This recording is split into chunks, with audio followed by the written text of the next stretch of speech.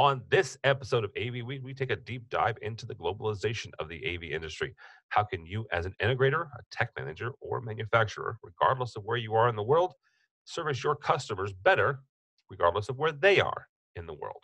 All that and more next on AV Week. The network for the AV industry. What are you listening to? This is AV. This is AVNation. This is AVNation. This is AV Week, episode 414, recorded Friday, July 26th, 2019. Deep into global. Support for AVNation is brought to you by Chief, the global leader in commercial AV mounting solutions, and by FSR. This is AV Week, your weekly wrap-up of audio-visual news and information. My name is Tim Albright. I am your host. We're going to do something a little bit different this week, just a conversation with me and my good friend and one of my mentors, Mr. Chris Miller from PSNI. Welcome, sir. Well, thanks for having me. This is quite an honor. Glad to be with you, Tim. Thank you, sir. We were talking, and the story, we are going to use a story to kind of jump this off, and our story comes to us from our friends over at Commercial Integrator and our buddy Craig McCormick. He writes about AV integrators and how they've responded to this push for globalization. And Craig interviews a number of folks that have reached out, and some of them have offices beyond their own borders. And I'm trying to make sure I say this the right way, because I'm trying to make this not a U.S.-centric conversation, because it's not, right? Yeah, exactly. But they have open physical offices beyond their own borders. Some of them haven't. Actually, Jeff Stavener from AVI Systems, one of the folks he interviewed, said that he would have to open up 600 to 700 offices globally to really become a global powerhouse. I'm not sure I 100% understand that thinking. But McCormick kind of lays out the logistical challenges of becoming a global AV dealer. Issues like work visas and taxes and tariffs, and about tariffs, at least for right now, to kind of lay that out. Shipping, product availability, kind of local custom. And he interviewed Diversified's Kevin Collins. And Collins said, quote unquote, global multinational companies realize they need to connect their employees effectively and efficiently, quote unquote, doing so by utilizing standards in offices and also standardizing in vendors. Chris, you guys 2 years ago, almost a year and a half ago, Chris and I set out to become a global organization. You had been primarily North American centric. You set out to say, okay, let's take this model, let's take this agreement, this community of dealers, regionalized dealers, right? That's what PSNI is. It's a organization of regions, integrators within those regions, kind of making sure that everybody understands and helps each other out. Right. Now you've taken a year and a half, and with John Fuchs' help, and you and Tommy and Haley and all the gang at PSNI, you've quickly, and I'm going to say quickly because a year and a half is not that long time, quickly ramped up, and you've got organizations and integrators really, really kind of throughout the world, almost around the globe. So the first kind of question I want to dive into is, what are ways that dealers can effectively service a global clientele if they are not necessarily global, right? Back to Stabner's point about him, and AVI Systems does not currently have a non-US or a non-North American office. How do they service a global client if they don't maybe physically have offices, or they don't have connections maybe in a different part of the world? Yeah, and by the way, it's a great article. As always, Craig does his homework, and once again put a great article out there. If I could, I'll back up just a little before that. The interesting part of that article, and you just alluded to it, it was a global article, interestingly enough, from a U.S. perspective. It was not a global article from a global perspective. And while I understand that that's commercial integrators' audience, and there's nothing wrong with the perspective that he came up with, what we had to learn right away was not to use that perspective. That narrative through that lens seems to give off the impression, whether that was the intent or not, that all business generates out of the U.S. and it disperses equally on a hub and a spoke around the world. And the reality is, 25% of the GDP of the world is the United States. Yep. 16% is China, and then the rest make up the difference.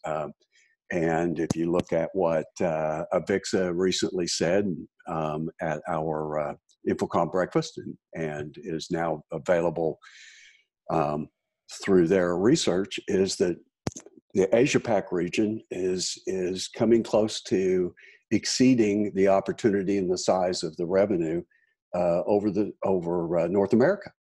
So as you can see, the perspective of everything kind of coming out from the U.S. and trying to find those service or integration partners around the world is really only half the story, maybe not a half. The reality is, what we found and had to learn was that there may be multinational companies, and there are likely 10 to 15 companies around the world that, of our almost 80 integrators and 175 offices around the world, when they put up a slide of who their top 10 Fortune companies are, they're similar. They're very similar. It's not that surprising, right? I mean, these are they're global organizations. So many of these companies are already in those accounts. A lot of it is driven by who's driving that particular initiative, as Kevin referred to. It depends on where that program is coming out of. So that initiative could be a US-based corporation that is actually going to be doing an installation in India. That decision could be made in London. So it may or may not be that it's always where that corporate headquarter is.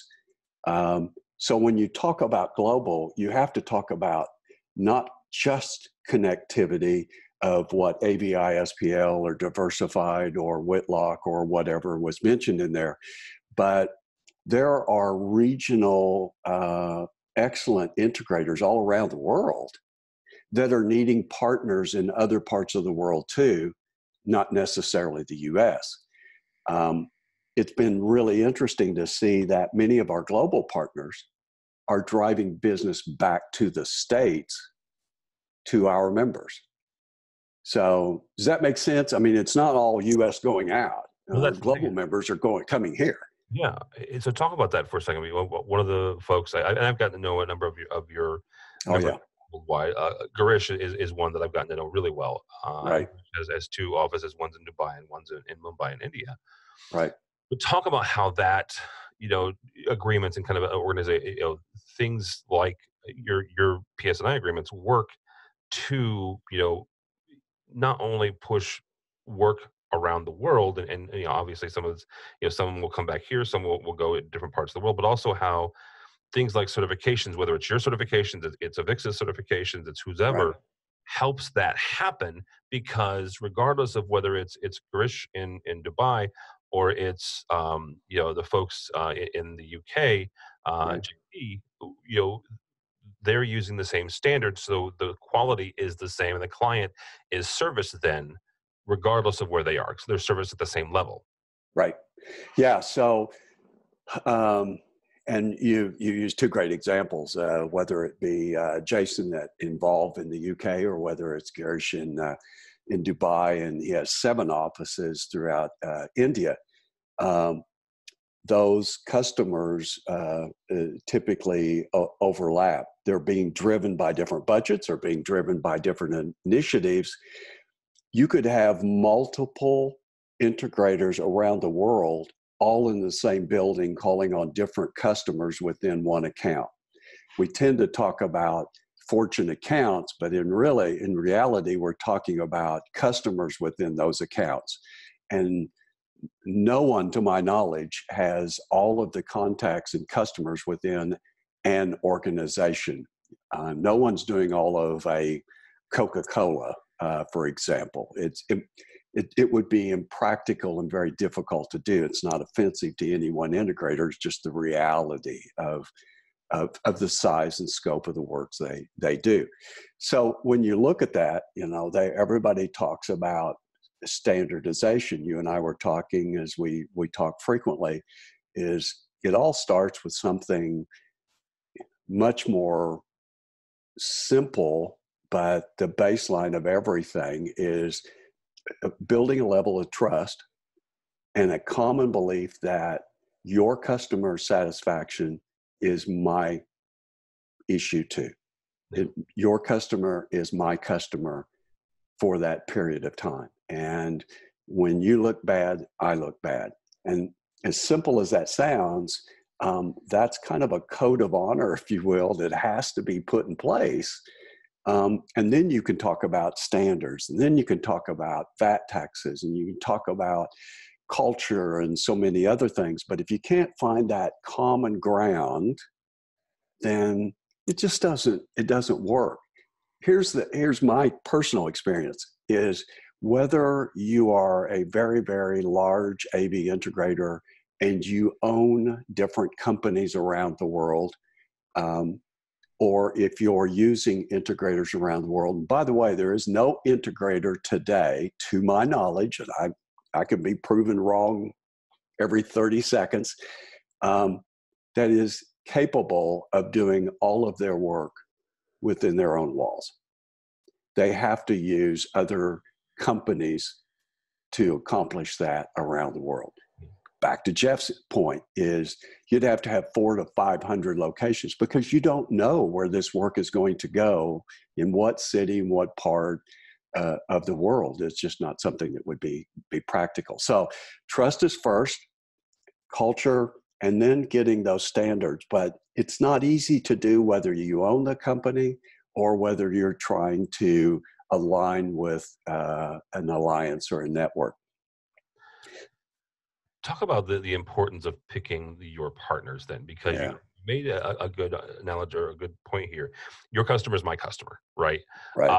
To do that, to be able to do that, though, you have to have the utmost trust, and you said it, trust, in your partners, right? And we're going to pick on Garish and JP and Jason, and they can both email me later. But and will. Let's pick on them for a second, because sure. They're not U.S. And again, I'm trying to make sure that this is not a U.S.-centric conversation here. Right. But to make sure that Garish is comfortable with Jason and his team, and Jason is comfortable with Garish and his team, there has to be a level of trust. Before those two ever met, and let's say that PS&I wasn't even in the equation here, how would those two go about making sure that they're comfortable with the other one, with the other group, with the other folks, to even start down the path of conversation to say, yeah, I have full confidence in sending you my clients? Probably the same way that you see it happen every day in the States is that you can go to the AVIXA membership directory. You can call a manufacturer like a Crestron or an Extron or someone who has a global footprint, try to get a hold of their regional people and say, hey, I've got a project in so-and-so country or city. Who would you recommend that? And they always say, I really shouldn't say this and pick sides, but here would be my 3 guys that I could tell you to call. You and I had the same conversations. I shouldn't say this, but. Yeah. So I would say that would be more typical than not that it would occur that way. But then, the level of risk just went way up. And the risk didn't always go up because of the quality of the work. Sometimes the risk goes up because of the priority of the work. So I'm busy, I'll help you, but the A team is real busy with our internal people, and we'll get to it when we can. The second part of that answer is that relationship probably was a one-off. Maybe it matured. They had a single customer who said, we've got multiple projects going on. We want to keep your project management and your engineering team, and we want your programming to be used in each of these conference rooms, collaboration space, whatever the case might be. So there might be something that's done that way, and they've negotiated a relationship. But usually on those one-offs, if there's not repeat business, there is no maturing of that relationship, and there's not a lot of sharing of data. It's usually labor only. Not a lot of information is shared, and my customer's still my customer. And when you go in, you wear my jersey. What we try to do is build that to where that level of trust is such that once that local is in there, that customer gets what they deserve, and that is the very best from the partner they chose around the world. But they also get the very best of the closest partner who speaks their language, who understands their currency, that understands their laws, and is there to support them and stay on in that service role, which is kind of where you started your question, going forward. But you, as an integrator, you tend not to want to give that service work to someone you don't trust, because you tend to think I could lose that business long term if that relationship is too strong, and or it's not that's not clearly defined as to what that relationship is, if that makes sense. So what we found right away was, when we started this, as you said, in early 2017, late 2016, was I was under the impression that throughout EMEA, that they all knew each other, similar to we know each other state to state. One of the things they said is, we'd love to know your people in the States, but don't take this wrong. We just love to know people in these other countries right next to us, because we have more work there to there. And that's why we refer to it to multi-country, multi-location, because there's just a lot of work going on around the world that has nothing to do with the States. And that's good. That's exactly what we set out to do.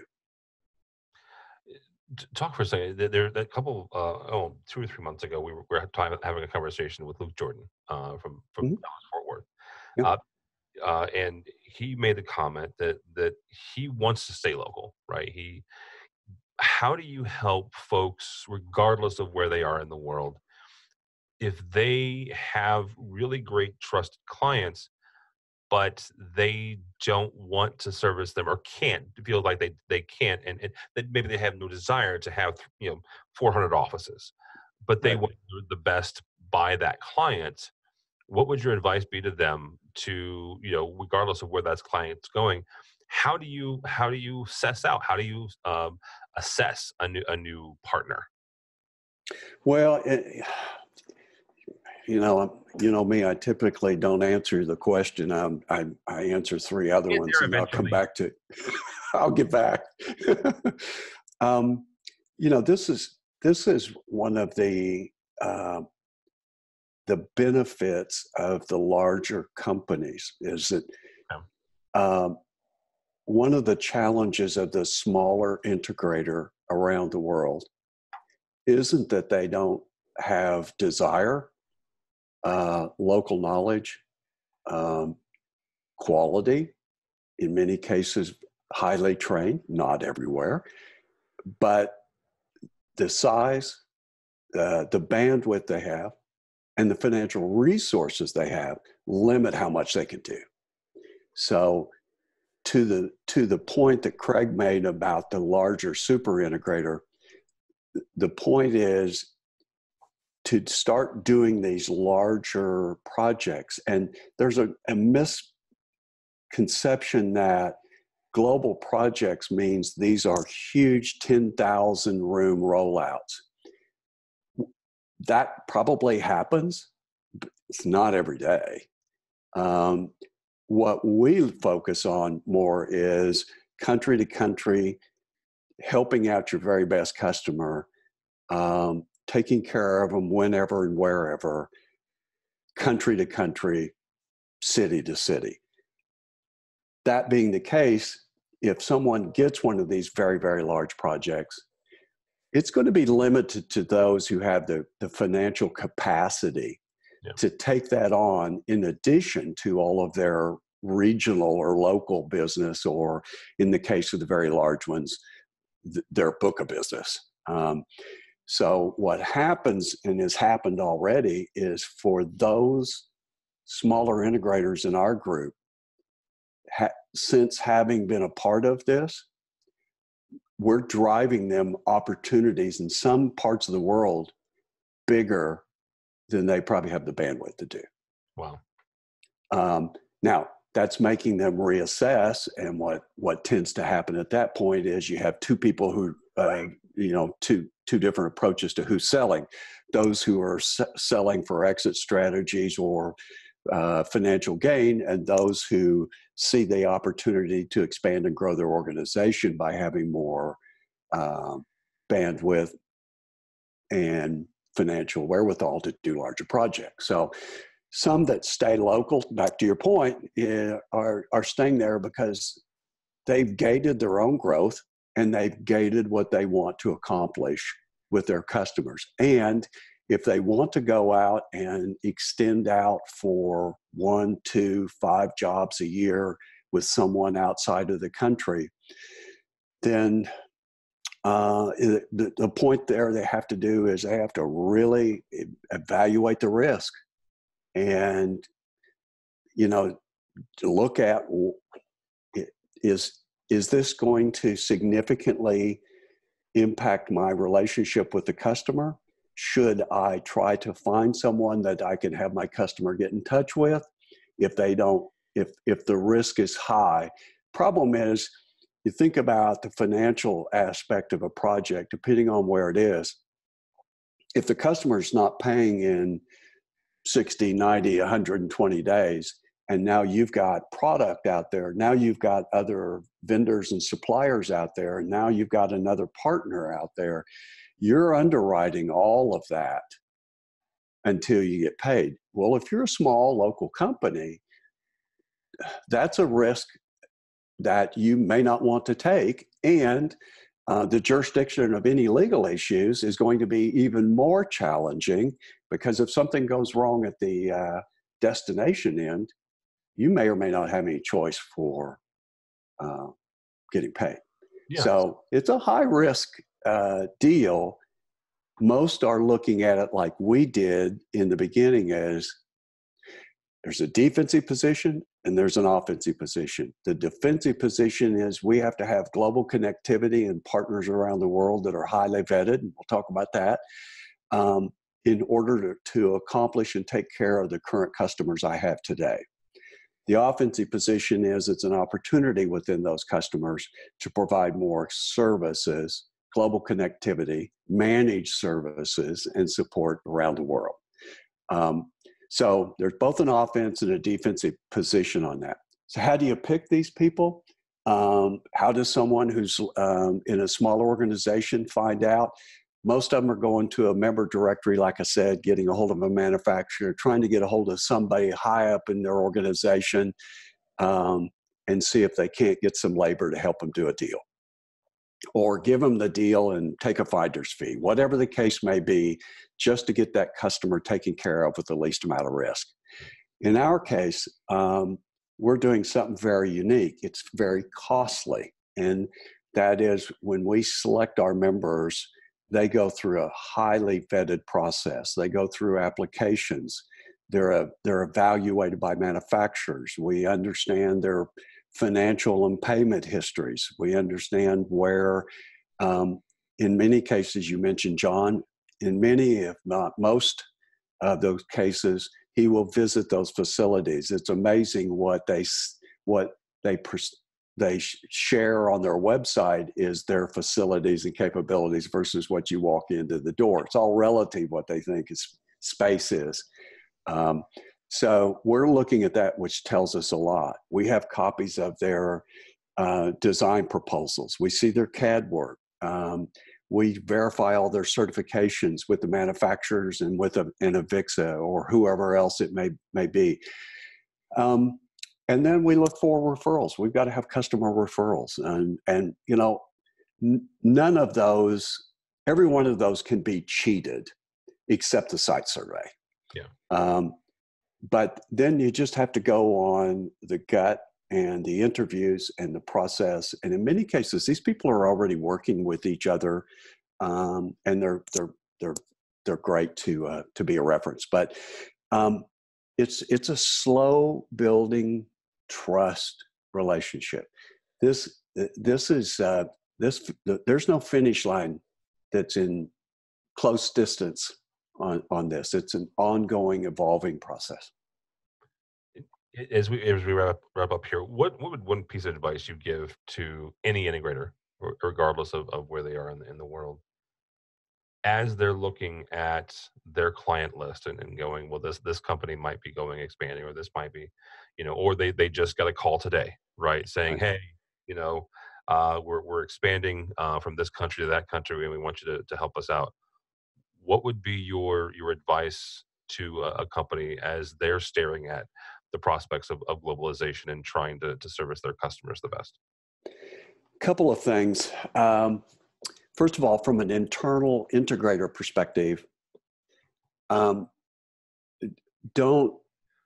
would not suggest that all salespeople of all accounts have free rein to get on the phone and start negotiating international deals. I would suggest that you have one or maybe two people work out the internal compensation issues that go with the sales related, and let them get a little more familiar with this whole process, and not just let people go off on their own to start putting this. Other thing is, make sure if you go to that good customer, when you go down that list and you look at your top 10, what's the defensive position, what's the offensive position on this, what's at risk in the relationship, what's the upside and the downside, and then look at that and make sure that the customer has their expectations in line with reality. This isn't something if they say, I've got 10 rooms and they're over in these 3 countries and I need this. You can't get a quote back in the same amount of time. You can't get the accuracy because there's so many variables, as you mentioned, with VAT taxes and other issues. You can't even get response that quick in many cases between different members or integrators around the world. So helping the customer get their expectations in line with reality when they leave the country is as important as anything. People can say whatever they want. You've got too many hours, too many different cultures. People are very busy right now, thank goodness. And you will look bad to your customer in your response time and the inaccuracy of your quotes unless you tell them up front why this is different. Yeah. And be very careful. Don't just agree to do it or suggest you can do it until you do your homework, regardless of the size of your company. I know no one wants to lose a good account, but be careful. There's a lot of risk, but we're really focused today, as you know, AVIXA has training and certification for a purpose. We have ours. It's very different. They have nothing to do with each other. AQAV's out there. There are other things out there that improve it. You know, I'm talking with someone the other day. I said, process transcends language. When you go across different languages and currencies, process always wins. And so that's the thing. Be very clear, scope of work, process, get it all done, get it to your customer. All right, that'll be a good place to stop. Mr. Chris Miller, thank you so much from PSNI. How do people find you or PSNI, sir? Well, psni.org. If you want to go to our website at psni_AV for Twitter. And, we are always looking for select integrators around the world. So we'd love to hear from some of those integrators who think they might be a fit for our organization. All right, absolutely. Go to psni.org and check them out.